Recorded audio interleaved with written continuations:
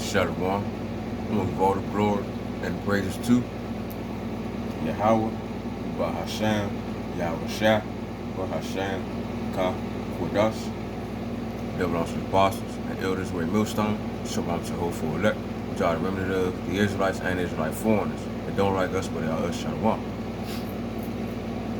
I'm gonna start off in Ecclesiasticus 33, start at verse 7.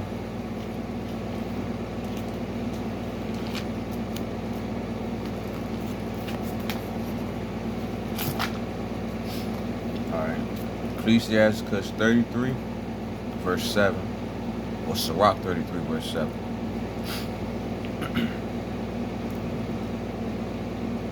Why doth one day excel another, when as all the light of every day in the year is of the sun? All right, I'm gonna read that again. It says, why doth one day excel another? So basically, why is one day is greater than another? And it's a question basically being asked of the Lord is how come you have certain days that's special, certain days that are not, basically. Verse 8, by the knowledge of the Lord they were distinguished.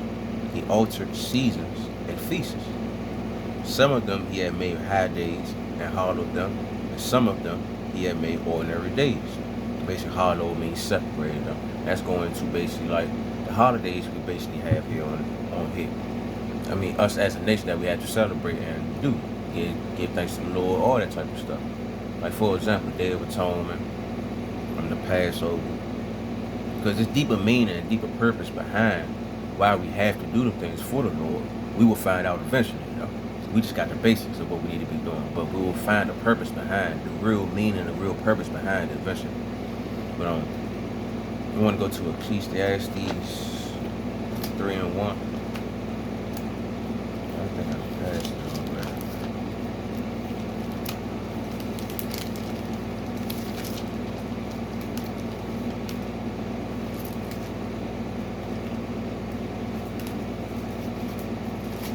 Ecclesiastes, Slock, give me one moment. Ecclesiastes, yep, right, 3 and 1. To everything there is a season, and a time to every purpose under the heaven. So there's a season and there's a time. Just like you said, how come one day is higher than the other? Because there's a time and a place for there's a slot. There's everything is a season and a time and every purpose under the heaven. So there's a purpose behind these holidays that we have that we need to celebrate. That's why they're better than the ordinary days, or whatever case you want to claim to be. Whatever you want to say in words. Alright, it's a purpose behind it. Eventually we will find out.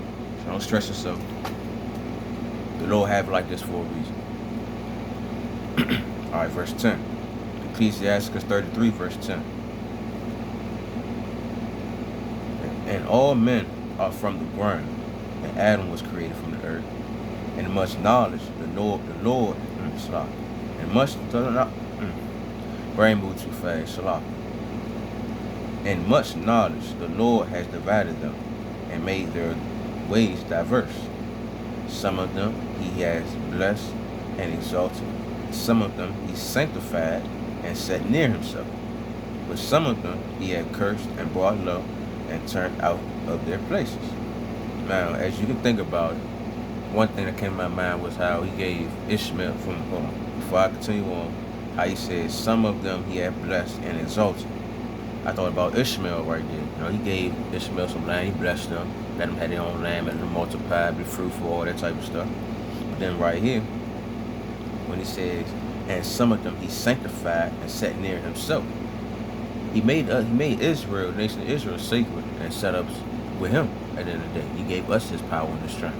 Now hold on, before I continue on, let me give 2 examples out of the scriptures for that. Because we got to keep in mind, this is the Lord moving. The Lord is in control.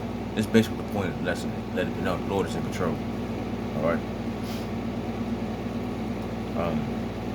What was it? Genesis 17 and 18.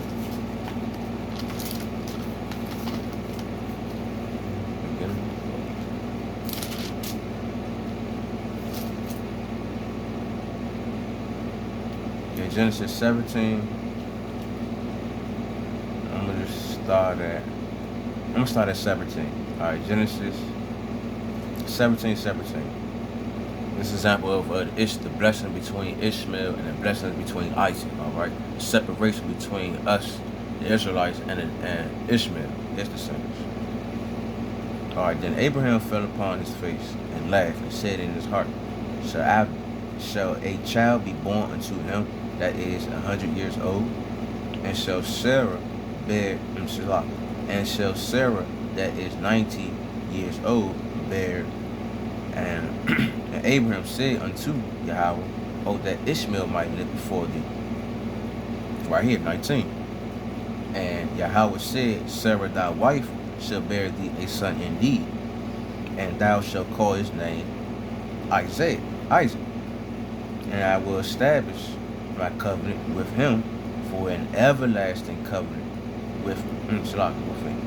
For an everlasting covenant and with his seed after him. So right there he said an everlasting covenant. It's different. Now remember, everlasting is basically living, immortality. You know? Alright. Keep on reading. Verse 20. And as for Ishmael, I have heard thee. Behold, I have blessed him, and I will make him fruitful, and I will multiply him exceedingly. 12 princes shall he beget, and I will make him a great nation. 21, right here. But my covenant will I establish with Isaac, which Sarah shall bear unto thee at this set time in the next year. And he left off talking with him, and Yahweh went up from Abraham.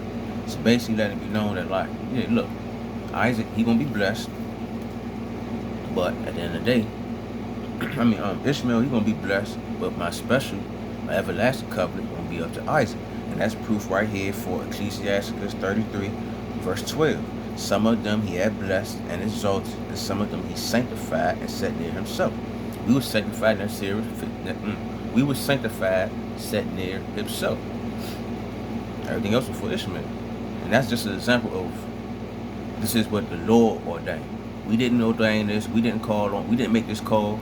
The Lord made this call. We are in his hands. We are in his control at the end of the day. Okay? So you got a problem, take it up with him.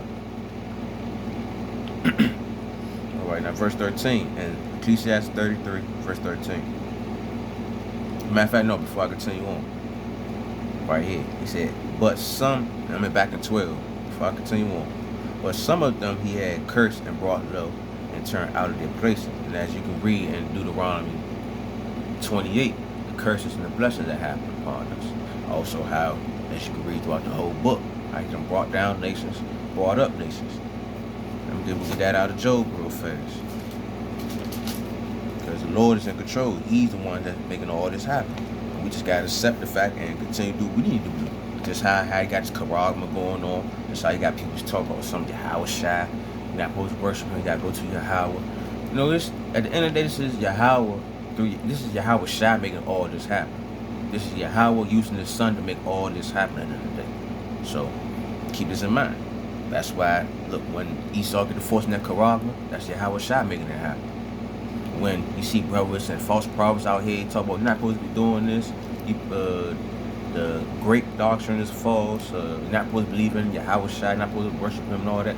That's Yahweh Shai making it happen. Because why? He's in control. You just gotta keep that in mind. But what was that? Oh yeah, going to Job 12. Salah, give me one moment. Get there real quick. Job 12. Oh bam, right here. The water, how about some of y'all shot? Alright, Job 12 and I started at 14. Job 12:14. Behold, he breaketh down, and it cannot be built again. He shutteth up a man, and there can be no opening. Behold, he withholds with waters, and drieth up. Also he sendeth them out, and overturned the earth. This is the Lord at the end of the day. He's in control. He has control over all of this. So at the end of the day, I know I keep saying at the end of the day, but at the end of the day, you had to realize this is the Lord that's making all this happen. We just gotta stand firm and know what we know. We know for a fact we gotta worship Yahweh Shai. We know for a fact, slow down. We know for a fact we gotta worship Yahweh Shai to get to Yahweh. Also, we know for a fact we ain't gonna take that corrupt. We gotta have faith and maintain what we're supposed to do to our best ability. Why? Because the Lord made us do it. He put the spirit on us to do so, just like he put the spirit on them not to believe and believe to take the corrupt. You know, whatever happens, happens. At the end of the day, the Lord is making this happen. We just gotta maintain our part and do what we're supposed to do. All right, but let me get back to Sirach 33 though. We'll close out with it in a minute. Sirach 33:13. As the clay is in the potter's hand, to fashion it as his pleasure, so man is in the hand of him that made him, to render them as liketh him best. So that's the Lord making this shit happen, because somebody got to play one part, somebody got to play the other. The Lord is the balanced God at the end of the day. You got to keep that in mind. So it's like basically, I don't know if y'all heard the elders talk about this, but I just said this, well, me and the brothers, I talked about this before.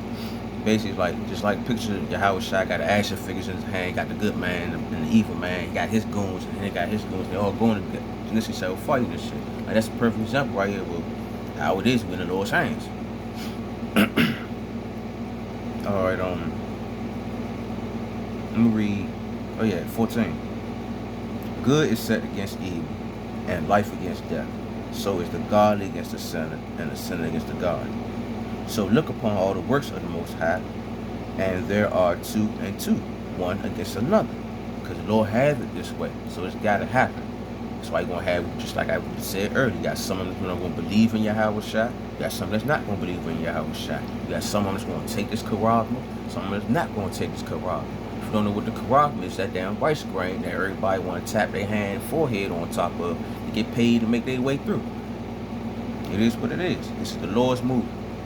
And I'm about to go to Proverbs. I'm right over here anyway. Proverbs 20. 24, I'm going to close out over there. Proverbs 20, 24. Man goings are of the Lord. How can a man understand his own way? So that's why, at the end of the day, we should understand that we're in the Lord's hands. So we need to ask the Lord, well, can you guide us to righteousness instead of wickedness? You don't want to be guided to wickedness. I'm trying to tell you. It's one wicked thing you do not want to be dealing with. Ask the Lord to guide you towards righteousness. So I'm going to just leave it at that. That's the whole point. Hopefully it was edifying. I want to give all the glory and praise to Yahweh, Bahashem, Yahweh Shai, Bahashem, Bakah, Kodash. Double on some apostles and elders, great millstone. So I'm to hopeful elect, which are the remnant of the Israelites and the Israelite foreigners. They don't look like us, but they are us. Shalom. Alright, man, just do what you gotta do at the end of the day, man. Easier said than done. I know it's hard, but hey, we got the Lord on our side. So long as we be sincere and faithful and do what we're supposed to do, He gonna guide us. You gotta remember, we in His hands. So hopefully He guides you the right way you need to be guided. Well, you're gonna be guided where you need to be guided. You should understand. Shalom.